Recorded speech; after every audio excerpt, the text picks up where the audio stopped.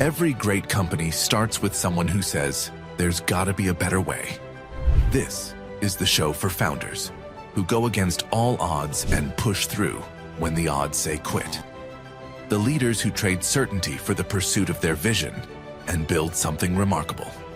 This is Audacity of Entrepreneurs, where serial entrepreneurs, exited founders, executives, and their advisors have unfiltered conversations about what it really takes to build a company. Here is your host, Nick Uresin. Welcome to another episode of Audacity of Entrepreneurs. My next guest today is a professional dancer turned entrepreneur after spending decades as a marketing executive growing 20 brands.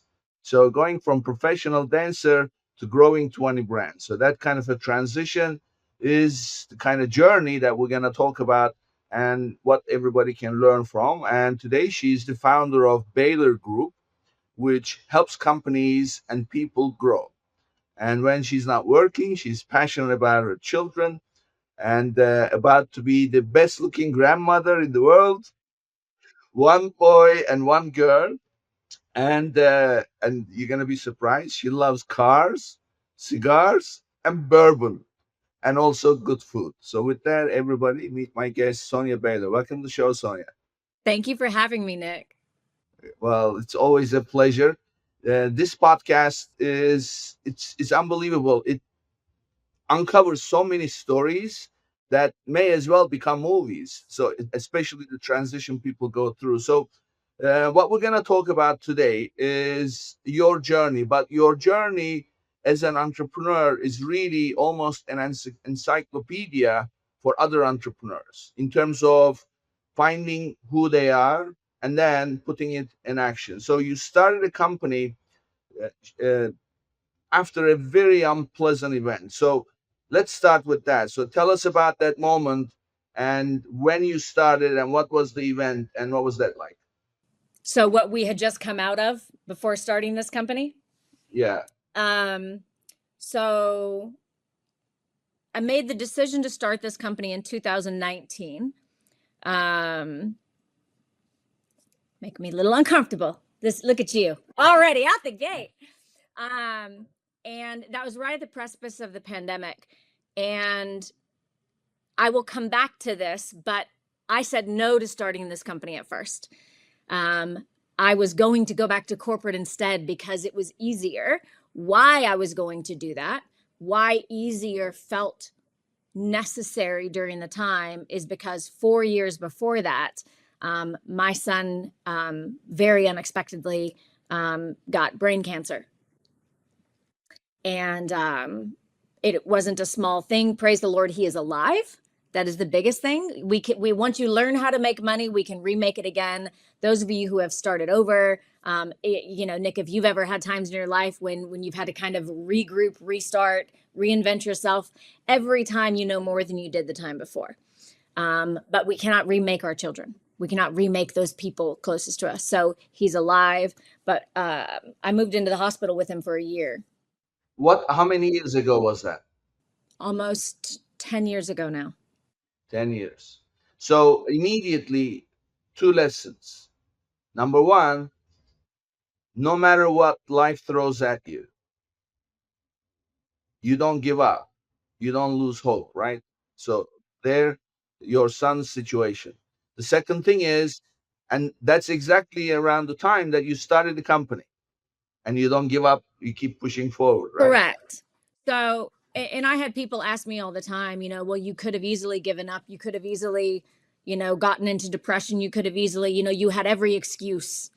My son, not only did he have brain cancer, but the brain swelling was so bad that afterwards he had to relearn how to eat, relearn how to walk, relearn how to talk. It wasn't just some treatments. It was a long recovery road. And I guess the easiest way to say this is you just do what you need to do. And, every parent, every partner, every best friend, there are just some things. My husband and I were chatting last night. If you had a favorite animal, who would it be? And we both said dog. We both answered separately, and it came what it was. And the reason is because throughout history, dogs are the one animal that would give their life for the humans, right? And the loyalty. And there's these people that are in your inner circle that you would do anything for time and time again. And that's why we work, right? Like, had I not been an executive, had I not been able to do things, I couldn't shut everything down as a single mother and live in the hospital with him for a year. So starting over was just what you do. But So my question is, that kind of a situation is not easy. Where did you find your strength? What was the resource that kept you going? the Bible. So faith. Easy answer. My faith. Yep. My Bible sits on my desk too. Sleeping was hard in a hospital in a chair for a year. I had worship old. I went back to stuff that I used to hate, like the old hymns that your grandparents sing from a book that you fall asleep to. I found a Spotify playlist of those and put them in my ears to be able to sleep, because it's just so melodic. And I remember one time when we had gotten out of the hospital and it was still very stressful because he's still relearning things. I was going for a jog in the park, a fast walk, and I opened up my Bible app on my phone to play Psalms, thinking I need some good thoughts in my head right now. And instead it went to Job. And do a quick, I know this not supposed to get, wasn't intending on getting into Bible stories, but here's the curious thing about it. Job is the story in the Bible where he loses everything, his children, his health, everything that he physically owned. And even his wife looked at him and said, just curse God and die. And instead, Job was like, no, God can give, God can take away. No matter what, I'm going to stay faithful. And he regained back everything that he had 7 times fold. And that's the story that somehow popped into my ears when I was searching, when I told my phone to put it to Psalms. It went instead to Job. But it was a hard thing to hear, but also good to hear.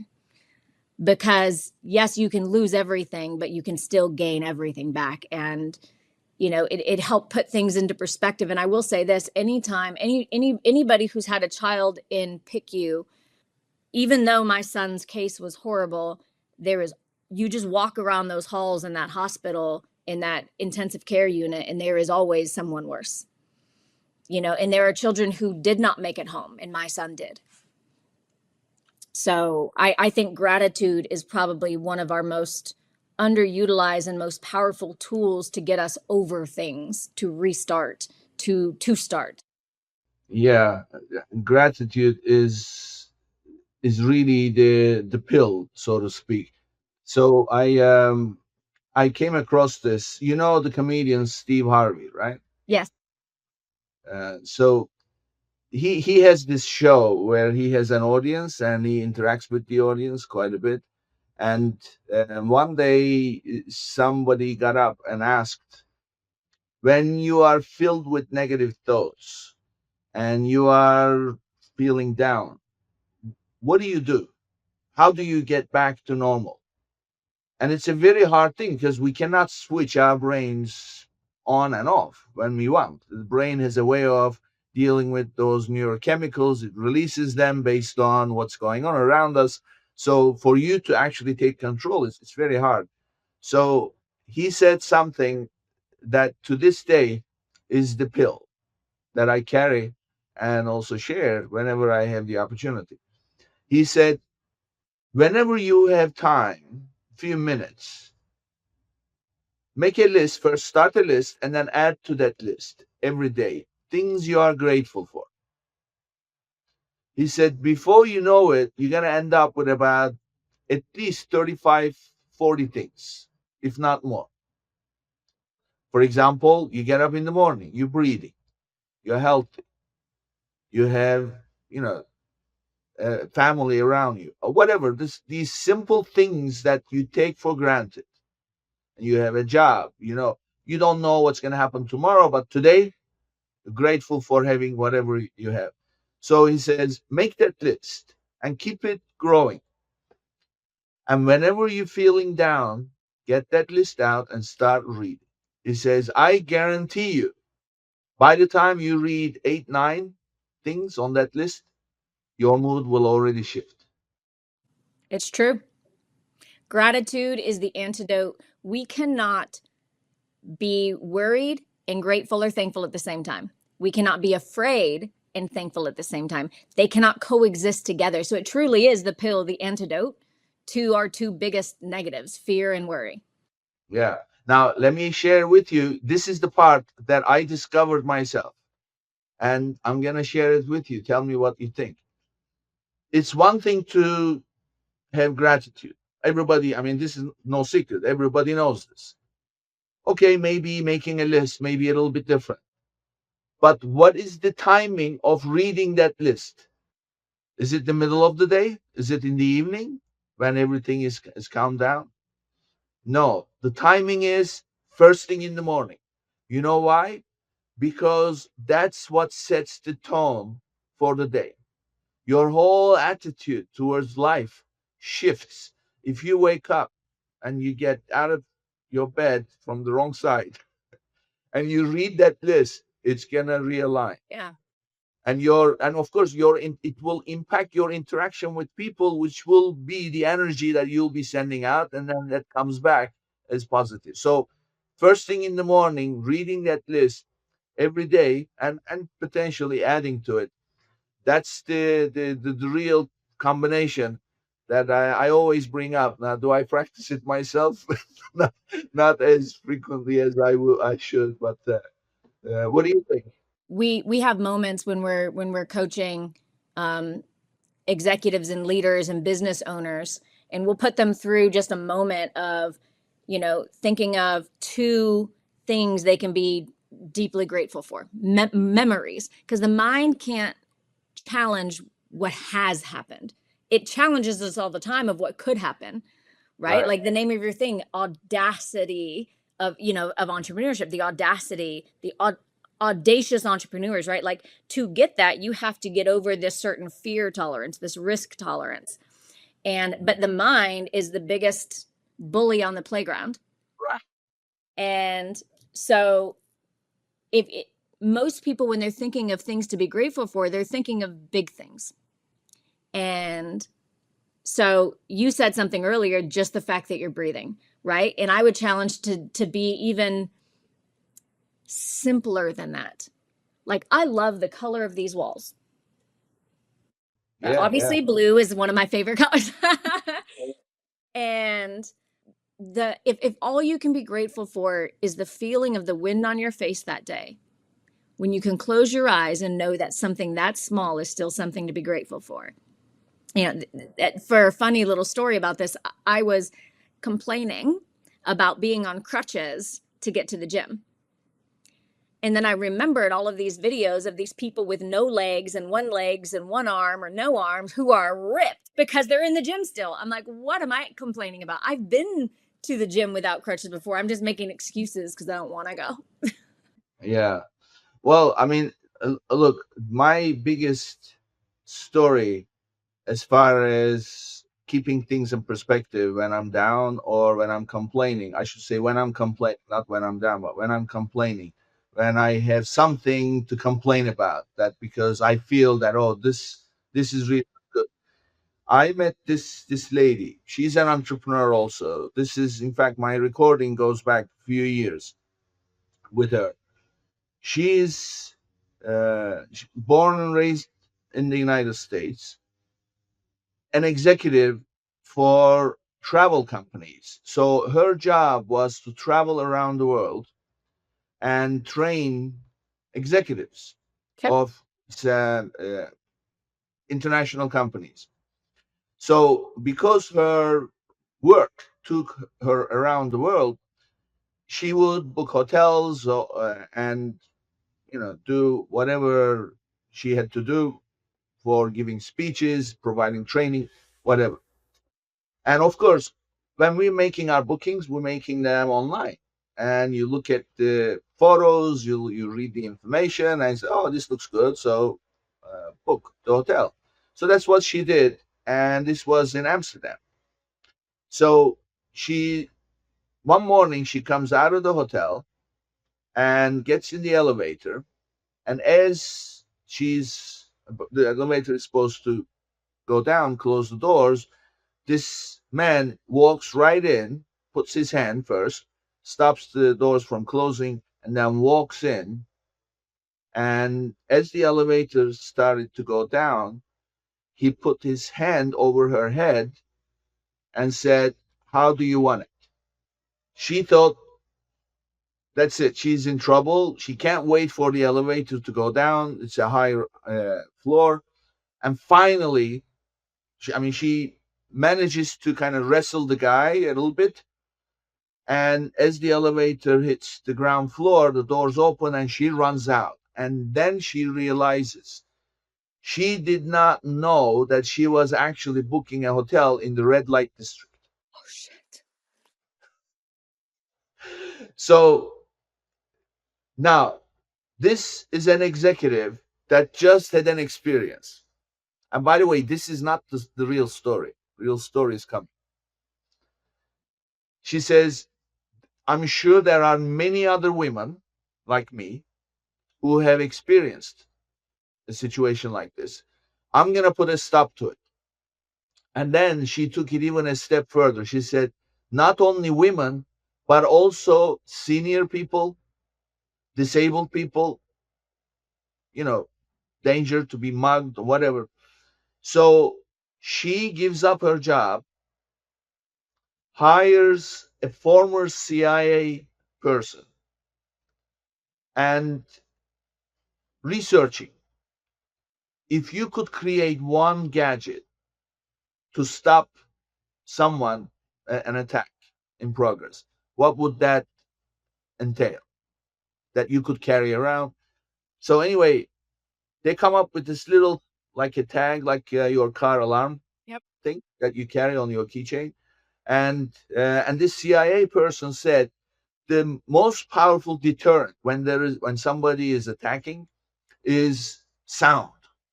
So they built this thing that has like high decibel sound immediately. If you press the button, bang, major sound, and also light, blinding light. Plus, they built in a GPS component. And as soon as you press the button, you would configure this ahead of time, your emergency Yeah. contacts. Yeah. And it would send a text with your location and sounding this major sound with a light. And they created this thing because she said that in the company alone, they had like 25, 30,000 people, traveling salespeople. Yeah. So, And something like that you wouldn't have to worry about traveling with because it's going to go through TSA. oh, yeah, yeah, this is just like your car alarm thing. So, anyway, that's what she created. And she promised herself by 2030, I'm going to impact the lives of 1 billion women. Wow. She sets that goal to herself. And so she is invited to speak all over the world.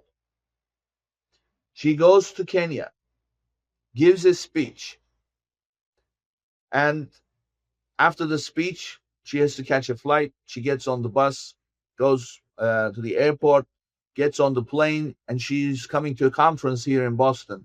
She comes to Boston, attends the conference, and 2, 3 days later, she's sitting in the terminal to catch a flight back to Australia, where she had decided to move. That's where she was living. So she's flying back to Australia from Boston. She's waiting in the terminal. She's on her computer. And the next thing is she's on the floor. She passes out. They rush her to the hospital and they try and find who they can contact. And fortunately, she has some family in Boston, and they figure out who they are, how to contact, and they reach them, and they say, "Your daughter is here. She's in a coma. We have no case studies about the condition she's in, and 97% of the people in this condition die. So rush over here quick because she doesn't have much time." Wow. They come to the hospital. She's in a coma. When she went to Kenya, gave her speech during that time, she called cerebral malaria. So they said the only way for us to keep her alive is to pump her with adrenaline, because right now her brain is sending everything to the extremities, and we cannot really afford that because her body is dying. So we have to pump her with adrenaline, and we have no idea if she's gonna survive. So anyway, the family says, okay, go ahead, whatever it takes, keep her alive. So she stays in coma. By the way, this is happening around February 2020. Remember what happened then? Yep. COVID coming. So she's in a coma, intensive care, and they're pumping her with adrenaline. So when they did that, what happens is they reroute the blood circulation so that they can keep her brain active, and as a result, her extremities start to suffer.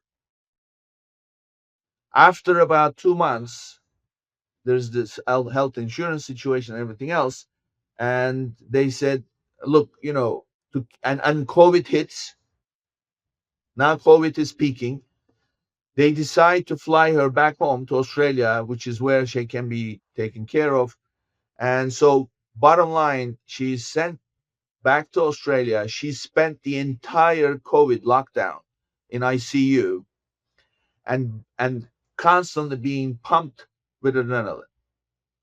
And as a result, they start to shave off her toes first because they're dying. And slowly, and fast forward 2 years, she's on my podcast telling her story. Her name is Stephanie.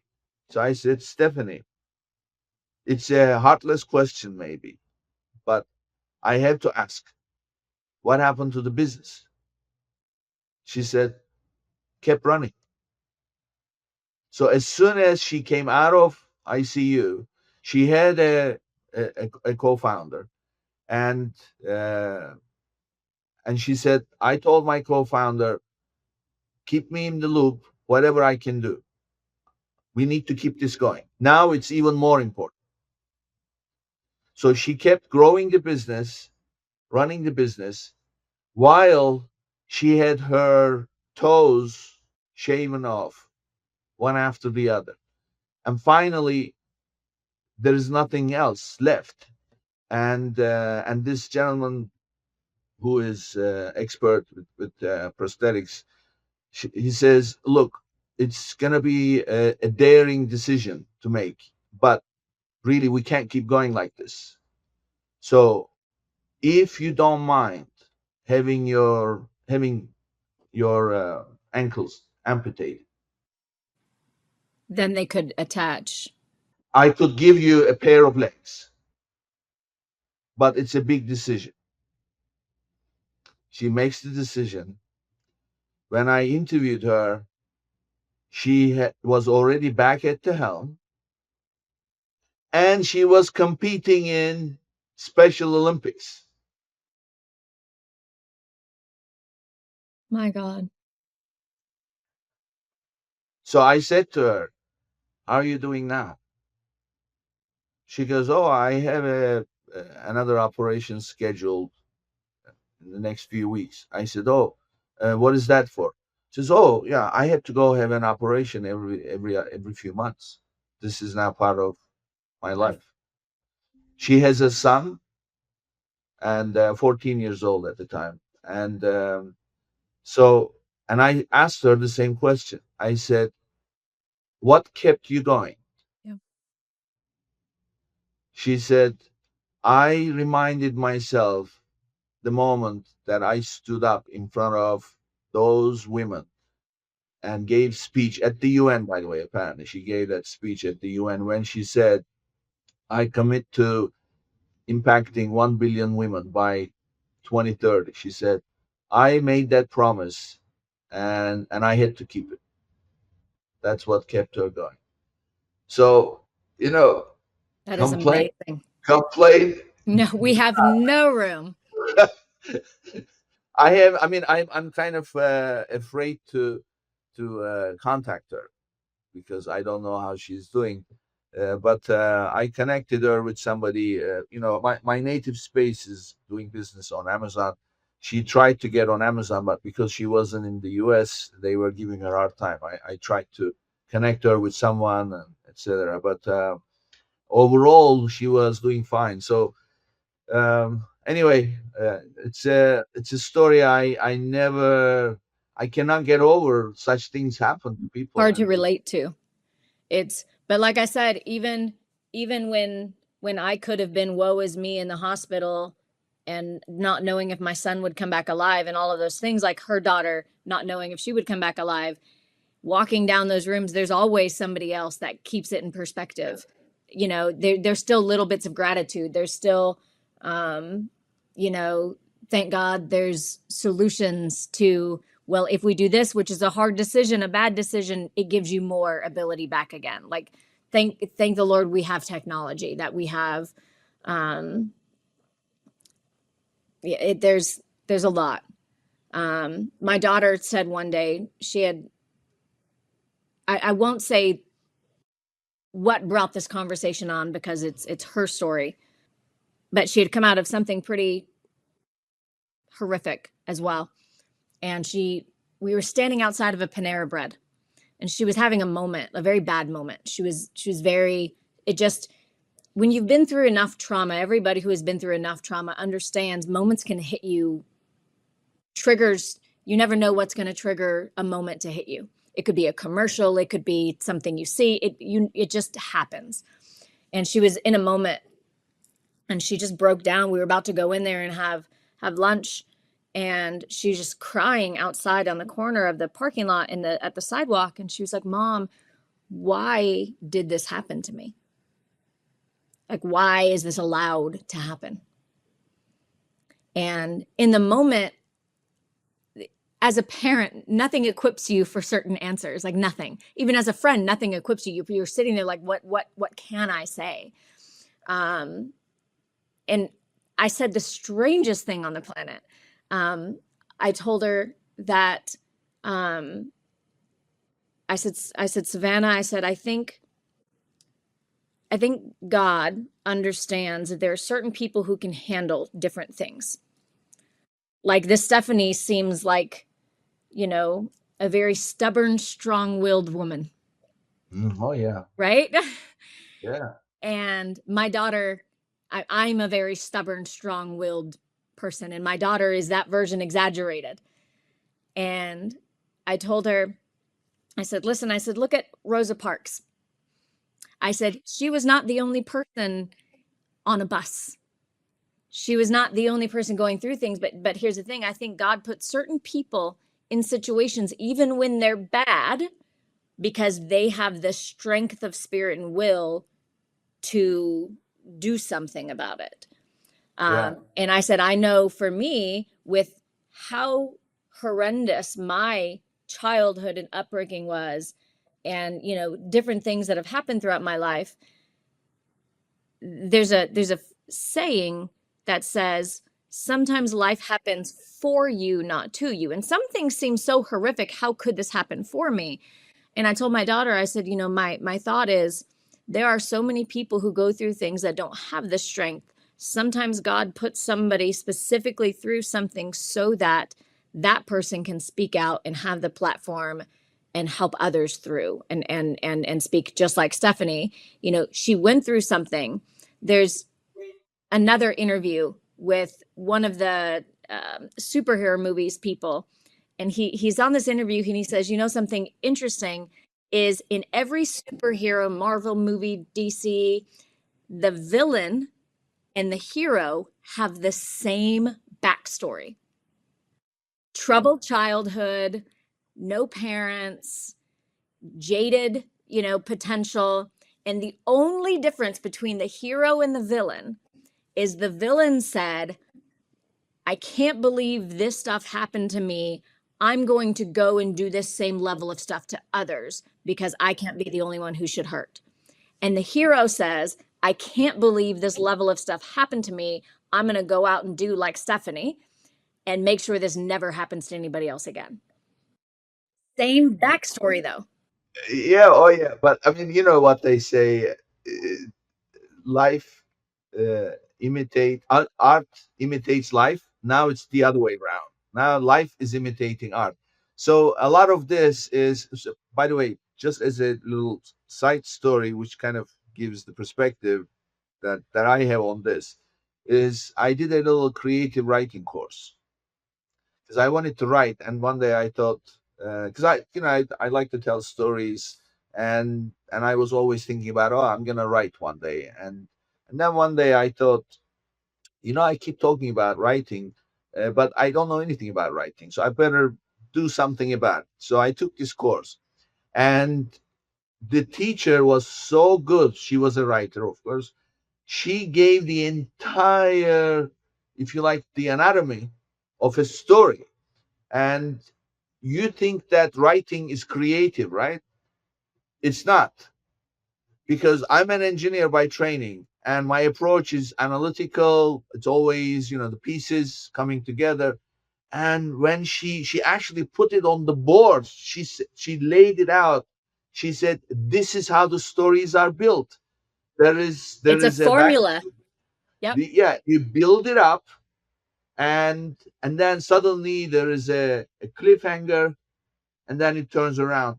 And what she said throughout the whole story, the protagonist, the main guy, the main person, the main hero, always grows, learns through experiences, and gets better and better. And then there is also the other one, the bad one, gets worse and worse. That's how the stories are written. So I'm not surprised movies are made that way, because it's by design. But life is like that. So I'm gonna share with you what I always bring up. There is a good in every bad, and there is a bad in every good. It just depends on which one you're focusing on. And in fact, there is this little story about the grandfather and the grandson. The two of them are talking, and the grandfather says to the little boy, "Look, there are two walls inside of each one of us, and they are always fighting with each other. One is good, the other is bad. There's the good wolf and there's the bad wolf. Now, fast forward 20 years when you grow up. Which wolf do you think will win?" And the little boy looks at his grandfather and says, "I don't know. Which one?" And the grandfather says, Whichever "Whichever one you you choose feed. to feed." Yeah. Yeah, it's like that. And as far as the challenge, I learned this myself. God does not give you a challenge that He doesn't believe you cannot handle. So you're good for it. So whenever something comes at you, I mean, we are all human beings. The brain releases all the chemicals, and then you have that fight and flight mode, and so that's when they always say, take a breath, take a breath. So once you take a few breaths, that's the mindset. Okay, this was given to me for a reason. How am I going to handle it? And what am I going to pick up so that I can use going forward?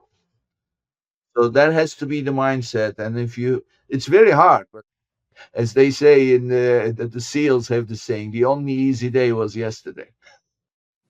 I'll give a little thing that we take teams through, we take clients through. I do it as a pro bono workshop to inner city kids because it helped me. I learned it let me say this. I started learning it when I was about 16. My very first published Forbes article was written on this because it was that powerful. And I still today use it in business to help leaders get out of their own way, to help teams get out of their own way. I've used it. I needed it to get me out of my own way, to become not only capable, able, but successful. Because, right, like when you go through enough, it can knock you down, right? And you have to figure out how to get up every time. And sometimes it's harder every time.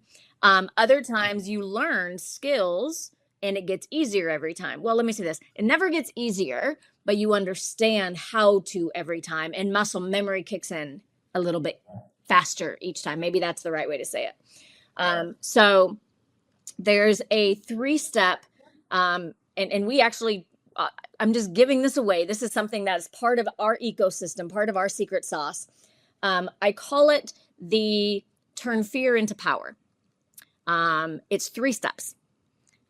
So to super simplify it, if you're ever in a moment where you're either triggered, fear though and we are talking about big versions of fear right now. We're talking about big things in life that happen, but to take it to kind of marry personal life and business life, in business, fear holds us back from just picking up and making the one call that moves the needle. We know this one call, this one thing is going to be the thing, but for some reason we keep picking this other busy work or this other thing to do that we want to do more than this. And we don't know why we keep pushing this one off, but we keep doing it. Or it'll keep you from getting up and stepping out and speaking and making a difference on stage. Or, Stephanie could have decided never to speak again because, well, what if and what if and what if? And instead she's competing and she's still doing and she's still living. Leaders that do more are not like our fear tolerance is different, but it doesn't mean we don't feel it. We still get the same thoughts. It's just what thoughts do we allow to stay and what do we do with the thoughts that are there? So there's a skill set. So if you don't have this ability of how to quickly reassociate your triggers, how to quickly rebuild neural pathways and build reassociations. Step 1 is the one that you've got to be specific, right? You have to listen. Most people just ignore it, push through, but motivation, which is what pushing through is, weans. It's like feeling like, I don't always feel in love with my husband. And if I'm only married when I feel loving, I would be divorced, right? Like I love him every day as an action word because I'm choosing to love him even when I don't like him, even when he's being a butthead, and vice versa. But so it's first listen to fear. Why? Because you said it earlier, there is, just like when you said there's a little bit of good in every bad and there's a little bit of bad in every good, there's a little bit of truth in every bully lie that comes through our mind. And that's how it gets us to listen to it, is because we know there's a little truth there. And our mind is like that bully on a elementary school playground in grade school where it's telling you stupid things. And for some reason we listen because there's a tiny bit of truth in it. So what do? You listen first. What truth is there? Meaning, if I am scared of clicking send on a new pricing structure to clients, then if my fear is they're not going to see the value, are they really going to see I'm valuable enough for this? Well, then, if I listen to that fear, what can I do with it? Well, I can do it if is, let me review, have we fully spoken and showcased our value proposition? Are we showcasing that we are leading with this value? And if so, then great. And then if so listen, are there anything the fears can do to prepare me? Right? Can I prepare better? Can I do more? Can I, not to the point of, paralysis by analysis of never doing because it's never perfect, but is there truth in it that I should look at? And then once we do that, then the whole thing is desire, want, things that we our goals, fear is over here, and fear is the number one most powerful thing in the human species, period. Which means you can want something all you want, but if you have a fear towards it, it's going to win in things like what ifs, procrastinations, holding you back, or actual anxiety and fear or worry. So start with the thing that everybody hears, the visualizing, the manifestation, like that is real. Why is it real? And you brought up something about learn how to breathe. Because here's the thing, if you start getting worried about something, some people think breath work sounds woo-woo. Well, yoga people, it's like weird and girly. Well, here's the thing, firefighters are trained how to do breath work to be able to stay calm in high heat, high stress situations. Like athletes are trained on breath work. The most manliest, man, people on the planet are trained on breath work. It works. And different types of breath work have different purposes. You can Google it. And so yes, breathe, but then visualizing is why it's powerful and why manifestation, as you hear, works. And this is half of it though, is because your mind, like a dream, if you've ever woken up and it feels real and you're still feeling something or it's still sweating or you're still, in that moment, is because your mind does not know the difference between a vision and a memory when it's a vivid vision. If it doesn't know the difference, imagine the power if you could use that on purpose. And why that's powerful. Because if you start by thinking of things that you can be grateful for, things that have actually happened in the past, your mind can't argue with that. Well, then if you go into visualizing things as if they already are, and I don't mean theoretically just thinking about them, like, oh, yes, I like that. Oh, let me put it on my vision board. And yes, I have a vision board. But it's actually being able to close your eyes and visualize, if my dream car is a convertible Aston Martin DB, I'm going to be able to close my eyes, see myself, hear the engine, feel the wind in my face, know what time of day it is, feel the movement. You're going to vividly, the Blue Angels practice visualization. They call it chair flying. They literally spend hours training just picturing it. Why is it powerful? Is because they picture perfect action instead of practicing imperfect habits. And muscle memory is not only physically practice, muscle memory is also mental practice. So visualize what you want, but see yourself there as if you're in it the moment it's happening. The weather, the type of day, the noises. When you can get to that point of visualization, your mind does not know the difference between a memory and a vision, so it can no longer argue with you. So that's step one. Now, step two is how to battle the thoughts. And this is the one thing that's not super popular because it's negative and not positive. This side is very positive. What is it going to be like? What does it feel like? What is it? You know what I mean? All that is fun. That's the get to do. This other side is not fun, which is why you don't hear it talked about as much. But what you have to do, you brought up a couple times really good science about the brain's ability to actually build new neural pathways, and all of this is super true. Well, if it's true, then how do you do that? Well, if you have a fear against something, let's say it's public speaking, like Stephanie went around and spoke everywhere. It happens to be, for some reason, one of the biggest fears of humans is getting up and speaking in front of somebody. And their minds may be telling them every stupid childhood bully thing of, oh, you're bloated today, and oh, your voice is stupid, or oh, you have nothing to wear, or they're not going to like what you say. Think of anything that to think of. Your mind will give you the stupidest stuff to hear. And if we know that fear is more powerful, and if you fear something at any level, it will counteract at 10 scale, right? If that's the case, then what if I can build a fear on purpose more powerful against not doing it? And so you're going into the negative on purpose. And so if you can write down literally, how bad would it be if I don't do this? What potential things am I going to miss out on life? What could potentially ripple effect if nothing changes in this area over the next 5 years and I keep getting in my own way, and literally go down the rabbit hole dark?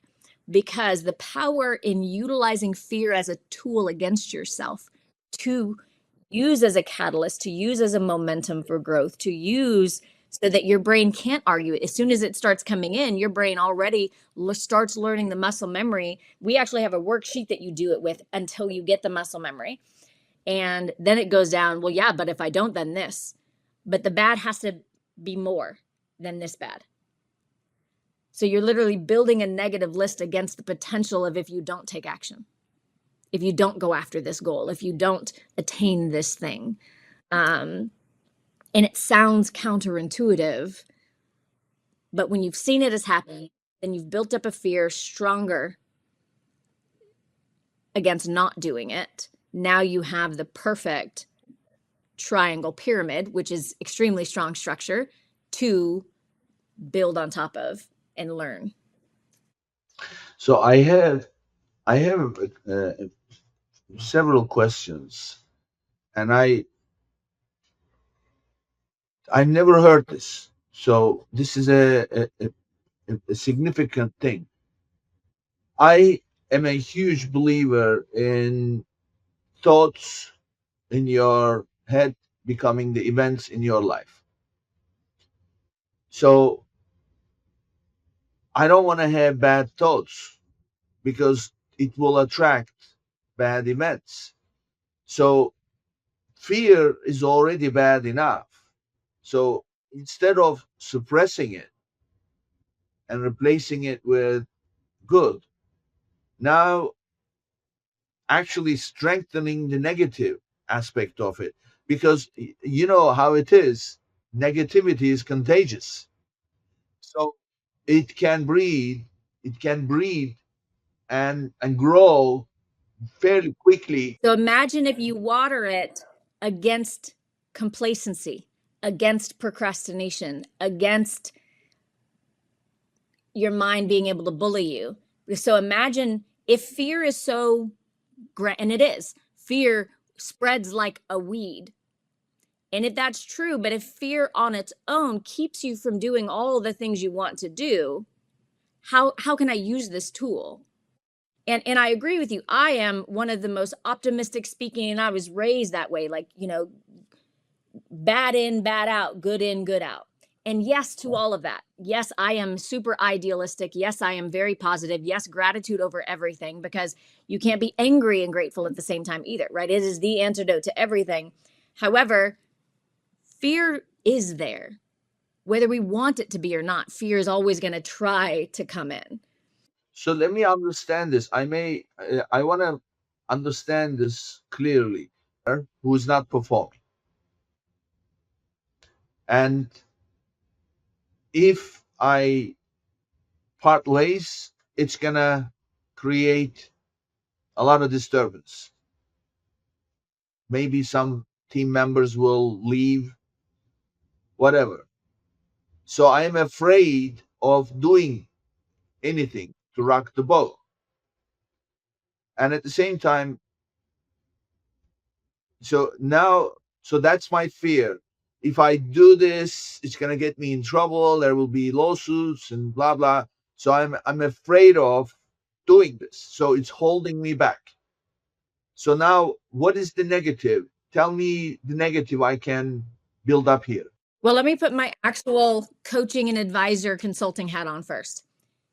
To play into that actual situation, what I would tell, let's say this is a real situation, what I would tell you first is, before I would ever come in as a yes man and say, yes, that is the right move, now let's tell you how to equip you to do this. The first thing is, let's ask all the questions, and so we can determine, so that you can first off have confirmation or challenge if this is the right move or not. So that would be, for anything like this, that's the first step. So never stop making sure you seek advisory counsel, because you're in it too deep. We're all in our own world too deep. And it is very good to get someone else. Think of like in a marriage, a mediator. Think of someone else to come in and help you go through the questions and do the due diligence, to determine, is this the right move? Then if we determine, let's assume, yes, this is the right move, it's the only move. And if you don't, here's what's going to happen, right? If you do, here's what's, if you don't, here's the thing. If you do, here's the potential, right? So that's the first step, would be get someone that doesn't know about it to ask all the questions to make sure this is the right move first. Then if you determine it is, and now I'm just scared, there's a lot of unknowns, and that's what fear is. Fear is unknowns. So then the first thing, like I said, listen to the fear first to know, is there anything I need to do to prepare? So you said a couple notes to pay attention to. In that scenario, it was, well, there could be lawsuits. Okay, you're probably right. So before we do anything, let's look at everything in the fear to see what truths there could be. So first off, the homework would be, okay, could there be any lawsuits? Maybe our mind is thinking it. Maybe there can't be. Maybe we're covered. Maybe our stuff is written just right. Or maybe we realize it's not. And now we need to weigh, okay, what could that be? Is it worth it? Then we have to look at, if we don't do anything, here's what comes. If we do something, here's what could come. And you have to understand how to mitigate that risk and manage it. So look at every potential thing. Let's look at the employees. My fear is telling me that I'm thinking I might lose 20 to 30% of my team base just because they like him and they wouldn't be happy with this and they would go with him or they would just leave. Okay, well, let's look at that. Are they highly sought after? Are they people other people want? Have we built a great culture for them? Worst case scenario, if they did leave, what would happen to us? Could we replace that? Could, like, literally listen to the fears, because it's like when a company, it's like when a startup entrepreneur or a young business is not willing to look at the financials every week. It's because they're scared, because they know it's a shit show. Excuse my language. Sure. Right? And they don't want to look at it. But once you are willing to do the math, it's like creative writing. Everything is math. Dance is math. Art is math. Music is math. Engineering is math. Creative writing is math. Like, it's a word formula that you get to fill out, right?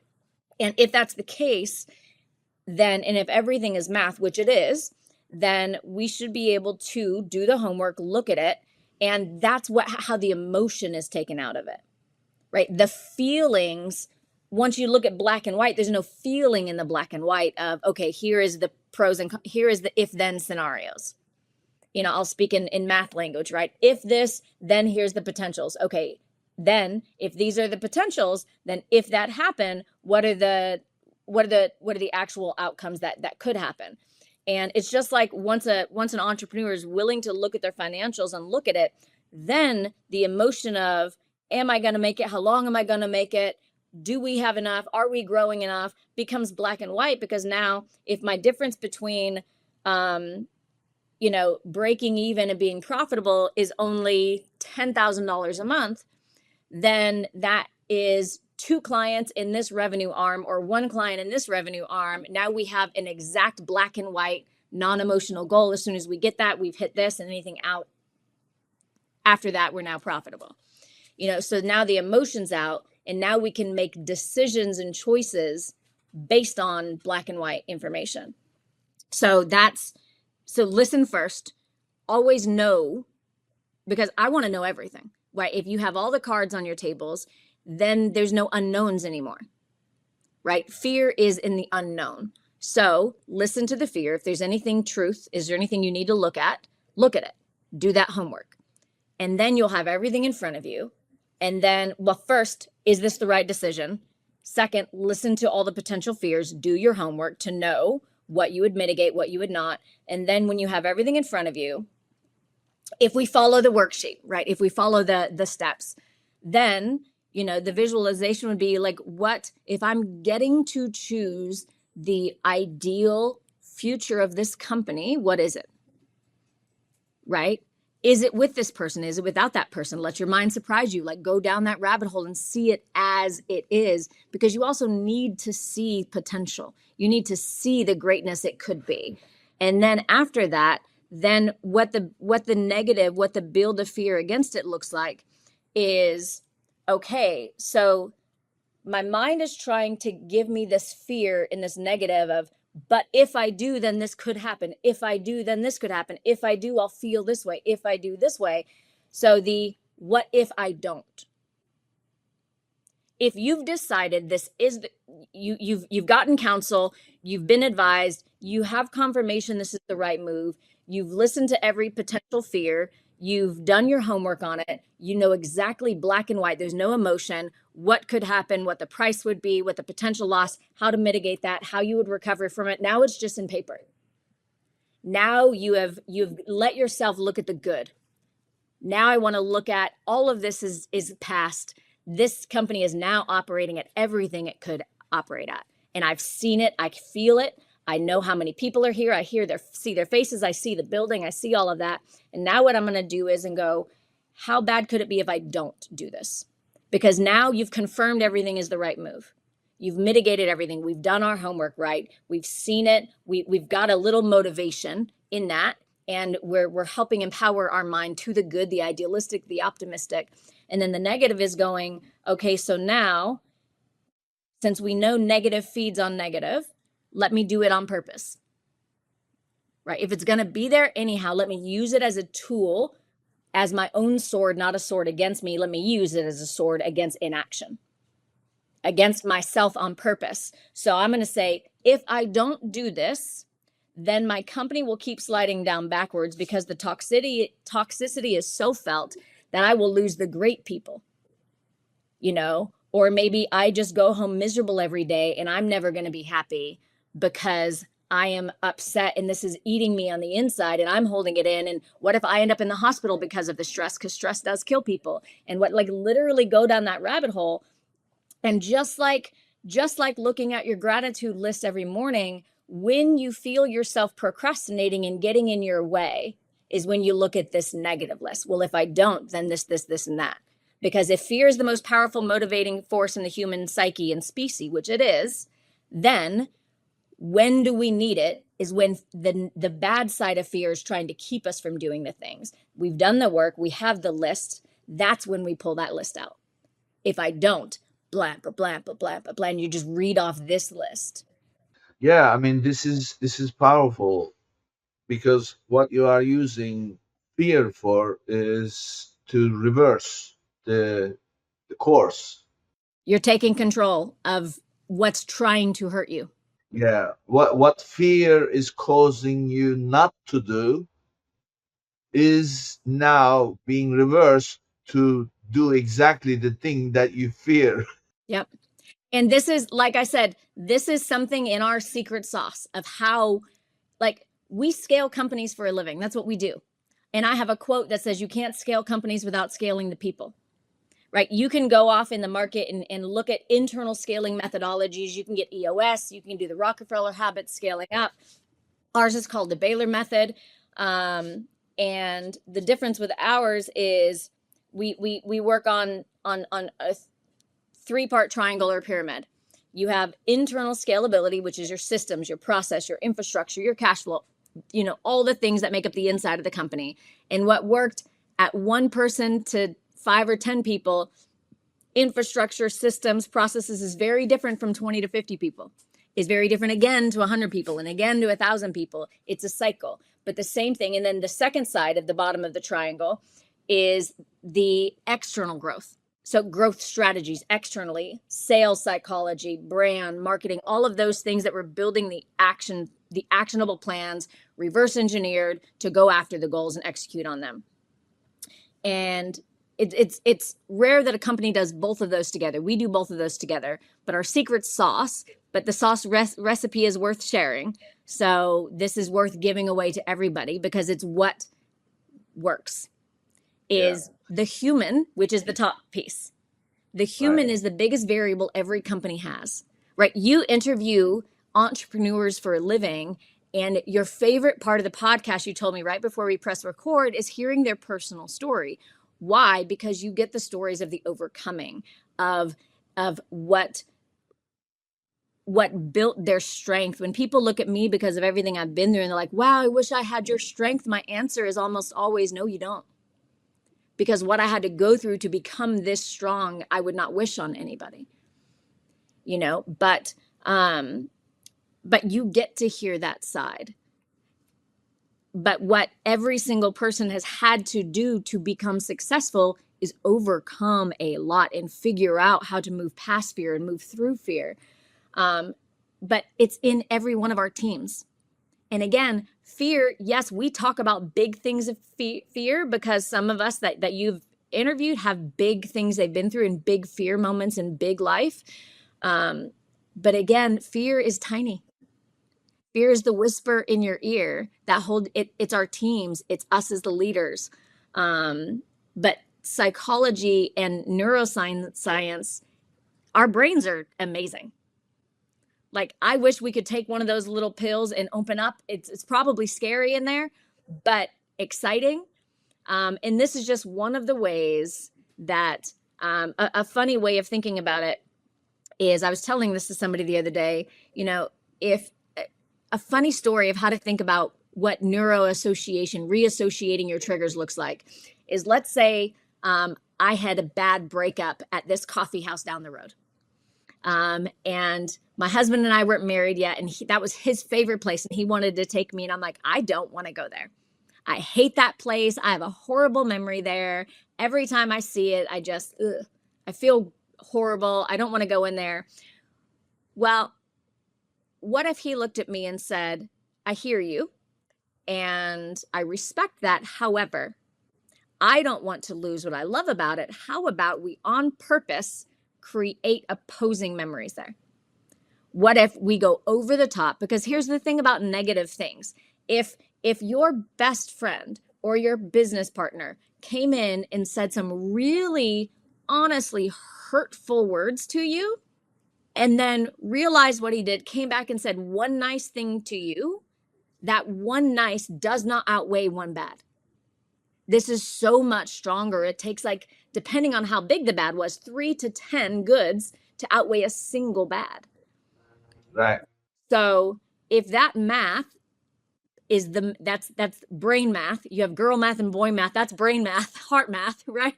And if that's the case, then he would have to be like, how about let me do over the top for you here.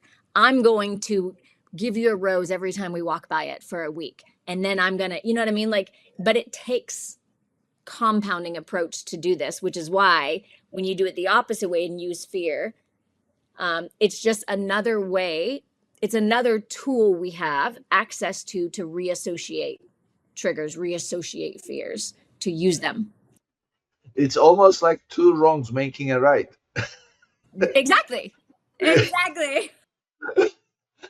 Well, Sonya, I want you to tell the story, because let me just give it a little perspective in the interest of time.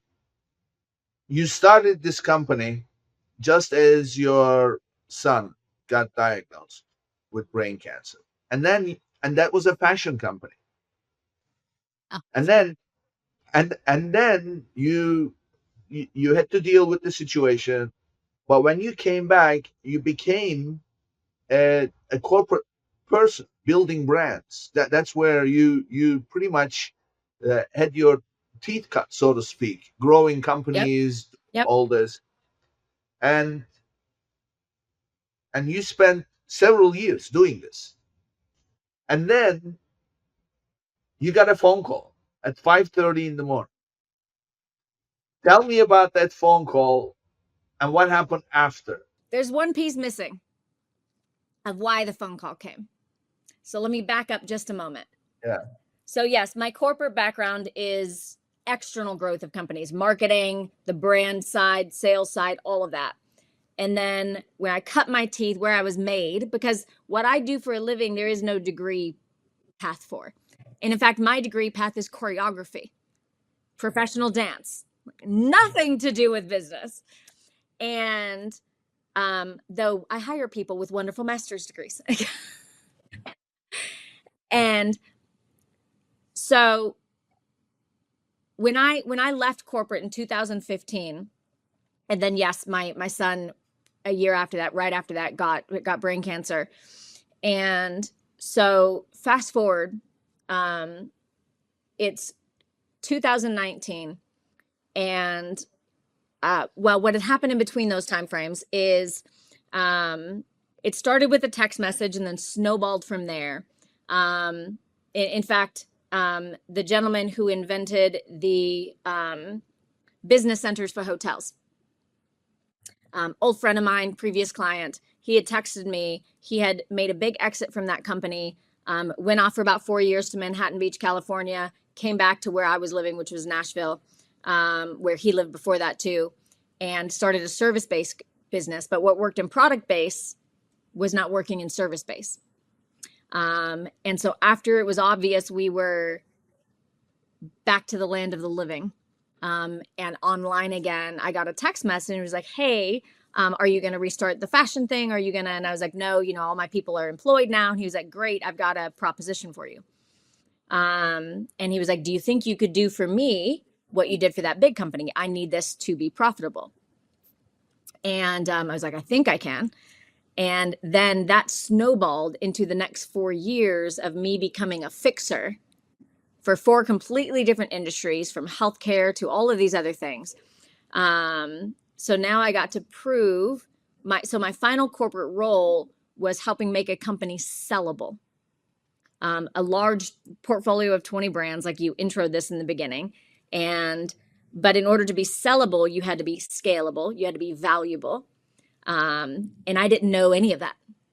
I knew how to externally grow a company. So I had to learn on that scale, which was wonderful to learn on. And so I got out of that with a completely new skill set, but it was in the consumer goods manufacturing space, fashion, home dec, all of those type of space. So now for the next 4 years, I got to prove what I knew how to do in 4 other industries, which was insane and awesome, and highly successful. And also service, right? Correct. Not product. Yeah. Correct. Big difference. Big difference. Yeah. And healthcare and spirits and food and beverage and professional sports. Like, it was a lot of different industries. And so fast forward to right before the phone call, I had met a guy at a conference, and it was a breakout session, and we get out of the breakout session I was speaking in, and he pulls my arm, and when I walk out of the room, and he was like, who are you? And I'm just being my, hi, I'm Sonya Bailor. And instead he goes, no. Who are you? Like, I've never met anybody who has such narrow lane of focus and extreme wide breadth of experience. What do you do? Like, what company do you work for? Who do you work for? And I just left my last contract with a healthcare company. And he was like, listen, he goes, if you're willing to, he was like, you need to be a consultant. And mind you, I called myself a fixer because I didn't know it was called consulting yet. And in my mind and heart and soul and spirit, still to this day, I find the word consultant like a 4-letter word or like a used car salesman. I think they just have a horrible reputation. Would never have called myself that. And he was like, listen, if you're willing, I will coach you. And you need to be doing this. You need to do this one-to-many. You need to pull out of in your head what you know how to do and scale yourself to be able to do this one-to-many. I told him no, because as you brought up, as you pulled out of me, 4 years before that, we just got out of the hospital. Right. And we got out, we sold everything, our house, our cars, like everything, and moved back to the previous neighborhood. And we're just rebuilding our lives. And I've been a single mother since my children were 2 and 3. They're now 23 and 24, and I've only been married 1 year now. So it's the whole time is just, single momhood. And so rebuilding from nothing again. And so why I said no was because everybody on here that you've ever interviewed and everybody out there in la listening land, to be an entrepreneur is choosing the hard path on purpose. It seems glamorous. You get to work wherever you want. Yeah, you trade 40 or 50 hours for 80 to 100 hours on purpose so that you can do it when you want, right? But also starting from zero, no contracts, no nothing, means you're choosing to eat tuna for a few years on purpose. It's a completely different choice of life. And after what I had just proven over the last 4 years, and then before that, 4.5 years in corporate, I knew going back to corporate, I would have an insane value of now what I've proven I'm able to do. And so instead, I started interviewing, and I hired a company to put together an executive resume. First time in my life. I was about to accept a position in Tampa with a healthcare tech startup as their CEO. And it was a very, very fat salary. And for a single mother with my children about to go to college, that was a very big deal.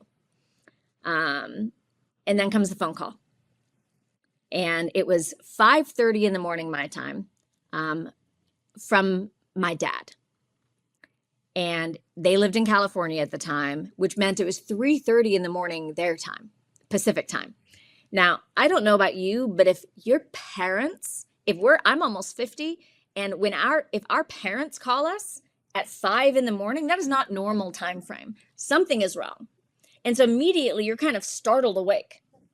You know, you see who's on the phone and you go to pick it up and you're already a little like shockingly awake.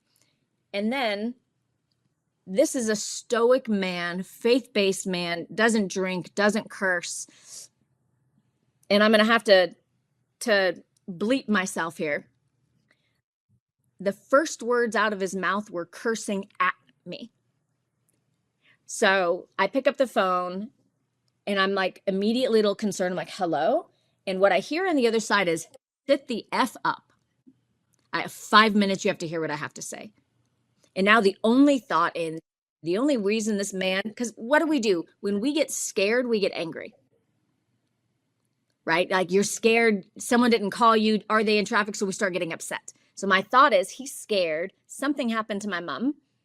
And that's the only reason he would ever be talking like this. So next words out of my mouth is mom okay? Mom's fine. Shut up and listen. I know exactly. I'm like, okay. And then he proceeds to say, listen, you are the only person I have known in my life that your entire life you've been hand-plucked by mentors and coaches, literally stolen from job to job your whole life. And you have someone who literally writes the book on this, offering to coach you to doing this. What are you scared of? And then I go on to tell him, I was like, Dad, you know what we've just been through. You know what we just came out of. Here's the offer I have on the table. And then he says to me, you're being selfish. What? I know we're not as humans supposed to say, I'm humble, I'm not selfish, but I'm not selfish. We give away so much, and it's servant leadership, and it's all of these things that you go after attaining to be. And I was like, what are you talking about? And I was like, Dad. And then he says to me again, before I had the moment to answer, he says, if you choose, no, he goes, do you believe you can grow companies and grow people? I said, yes. He goes, then you're being selfish. Now, mind you, this is late 2019 at the precipice of the pandemic. It's starting to happen everywhere. Companies are freezing hires. Companies are shutting. You know, that's when it's really ramping up right then. And then I was like, Dad, you know what we've just been through. Look at the offer I have on the table. Yes, I know this, but here's the cost that comes with going the entrepreneurship route. And I also have this multiple time over 6-figure salary. I can live on 1.5, bank the rest. Let me do that for 3 years, build my own bank, and then I'll fund this. I said, let me just have comfort and easy for 3 years, because this is something I could do in my sleep. And I says, let me just do this for 3 years, and then I'll start the company. And then he proceeds to say again, listen, you're the one who's telling us about all these things happening in the world that you see, and you're forecasting this stuff. If you choose to do it for one company instead of many companies, you're being selfish. Obviously, I chose to eat tuna for a few years, and I drove to Chicago. Yeah. Well, I mean, look, this is the story that is so powerful. What what you have ultimately, the way I see this is you've become a professional, gaining the skills and experience. But what drove your decision was taking the moral high ground. And uh, this is I experienced this a long time ago. I thought, and at the time, this is going back several decades. I was very young, and I was wrestling between two decisions. If I decided on one side, I would be happy. But decided on the other side, I would stand on principle, but I would be unhappy. So which one do you take? Sonia, I was living in London at the time and I had worked late and it was like 11 o'clock at night. I was on they call it the underground, not subway. Yep. On the platform, underground platform, walking up and down. All the way, trains are rare, it's late at night, all the way down and then back up. And I'm asking happiness, principle, happiness, principle. I chose happiness. 3 years later, after so much heartache, I saw I made the wrong choice. Because if you make your choices based on anything other than principle, even if you win, you lose because you become no one. So here you are, plenty of money, quality of life through the roof. Yep. It is the thing that will give you absolute comfort and happiness, and you name it. And security. Big deal as a single mother, having come out of the difficulties. This is a ridiculous idea not to accept it. Yeah. And comes the principal and says, this is wrong. So it's unfortunately these experiences you gain, but it comes at the expense of years, right? So Years. you don't get There is a reason it is the road less traveled. yeah. Well, I'm gonna now correct myself. Yes, it does come to people like us at the expense of years, but now with this podcast, those who are listening, 25, 30 years old, now you know. Never ever compromise principle, because even if you win, you lose. So, Sonia, this you and I can talk hours, and I want you to tell us your company Baylor Group. So, I mean, people know at this point you build people and companies and scale them. So, tell us, how can people reach you, share your contact information, so that people get a way to get in touch. I'll give one last thing really quick. Sure. Because I am making the decision I made 5 years ago again right now in this company. Oh, I was literally laughing with my dad the other day as he sat down and said, I told you so, because it's happening again. And I had a meeting with a client I was mentoring in a CEO peer group I lead. And he says, he used your word. He goes, that is a really audacious move. right. Principle, right? And then I said, well, you're welcome to follow along and see how it goes. Follow the journey and see where it takes us. Because if you remember what my dad said 5 years ago, if you choose to do it one company when you could be doing it to many, then you're being selfish. We have been a consulting firm this entire time. We are no longer a consulting firm because of that same question. And it is the scariest and most exciting thing I've ever done in my life. So this year, our company has completely changed. We are now a brand. We dropped the word group, so it's now just Bailor, because now it's a whole ecosystem. We have the Bailor method, which is the scaling methodology that will be published next year. We have Build the Scale, which is a small business coaching program, because what we do for a living, it doesn't matter what company you try to go to, doesn't exist for small businesses. So you're gonna create many little Sonyas. So we are now, my goal by the end of the year, by the 1st of January 2027, is to have 100 active Bailor certified coaches, to be able to, and I will no longer be doing it. I will just be writing all of the IP and building the thought leadership platform bigger. So now the entire thing is, if we choose to keep it in our one company versus equip others to then impact multitudes. Sure, of course. There is no question. So that's the new part of the company. And it's a massive, we're having to change absolutely everything. Yeah. So it's exciting. I don't think I've ever been more excited to be this absolutely exhausted and tapped out in every area of my life. A lot of writing, a lot of video recording. Yes, a lot. I have since invested in a really pretty fountain pen so that the writing is fun.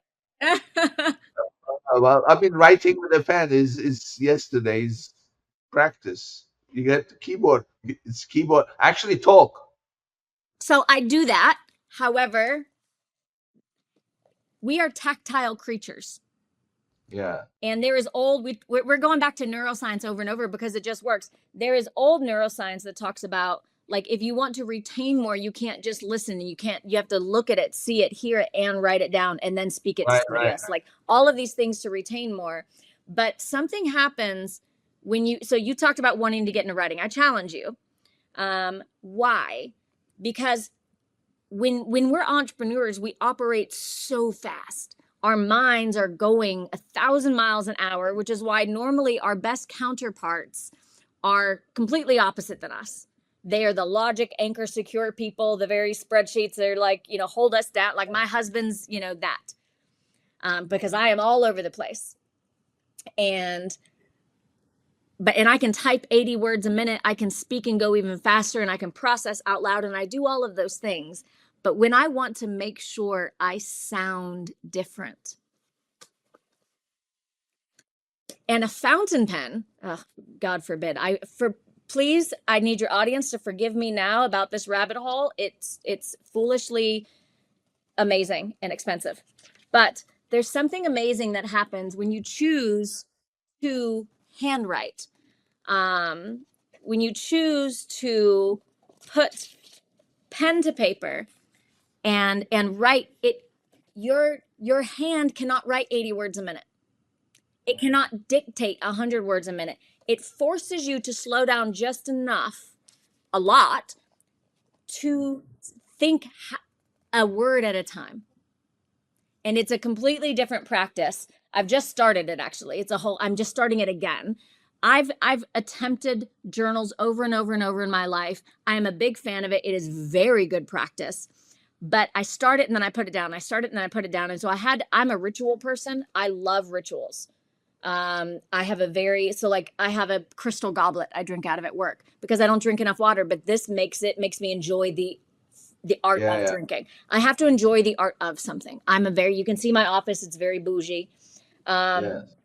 So a fountain pen is just enough that it just takes writing into an art, an experience. It's sophisticated. Correct. I envy you. I unfortunately I cannot write anymore because when I start writing, my exactly what you said, the brain goes much faster, and I start to forget what I thought of already. And I type. Allow that to happen. Let me help you. Allow that to happen. I have 26 pages in here. The first 11 are about a flat tire. And the next 15, I finally got to my point. Allow it to happen. Why? Because when you first start writing, it's about training your mind to allow it to just do whatever it's going to do. And Yeah. I make fun of myself in here because I will have an entire page on here just about the fact that I'm writing. And so the beginning of writing is just getting into writing. If you go into it thinking about what you're going to write about, you're good luck. It's not going to happen. Allow it. The slowness allows things to just happen. And it's a weird thing to learn for people who are as fast as us.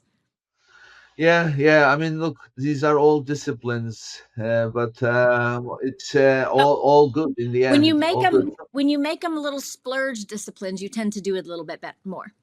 Yeah, exactly. So how can people reach share your contact? I am Sonya Bailor everywhere. So if you can just look up at Sonya Bailor on absolutely every platform, and that's me. The only one that has an additional handle at the end is Instagram at Sonya Bailor Official. The company is Bailor Group everywhere. So you can just type in the handle Bailor Group. The website is bailor.group. We are right now building, literally it's in the background as I'm doing some reviews, building the Bailor coaching website. It's not live yet. It might be live by the time this is aired. So that would be bailorcoaching.com. But Bailor Group is the entire ecosystem. Everything we do, the entire brand of Bailor is on Bailor Group. Great. Sonya, this has been a great pleasure. And I'm sure we're going to have further episodes. Yes. So you and I are now connected for a long, long time. I'm not going to let you go. And what we'll do is we're going to, first of all, we want to definitely follow progress with your coaching program. But also I want to give some glimpses of what that's like by picking a subject. This is just me thinking. Yeah, I love it. Live. And we're gonna do it, and I can't wait for those days. But I wish you a lot of success, and I'm gonna visualize your success, and it's gonna happen. But thank you. Take for the being medicine. Here. Visualize yours. Oh yes. Oh no, I have a. We'll have another conversation. I have a whole vision board, and this I spent a long time. It's harder to execute, but it's. I know I've swallowed the pill. I will say it's hard to take your own medicine. Oh yeah, very hard. Thank you, Sonya. Thank you You're welcome. For being Thank here. you. All right, bye. Thank you. And this brings us to the end of this episode, and I'll see you on the next one. Audacity of Entrepreneurs podcast requires more than a conversation. It takes action, research, and collective wisdom. If today's episode resonated with you, we'd love to hear your insights. Join the conversation and help us shape the future together. We'll be back with more stories, strategies, and real-world solutions that are making a difference for everyone. In the meantime, be sure to subscribe, rate, write a review, and share it with someone you think would benefit from it too. Thanks for listening, and see you on the next episode.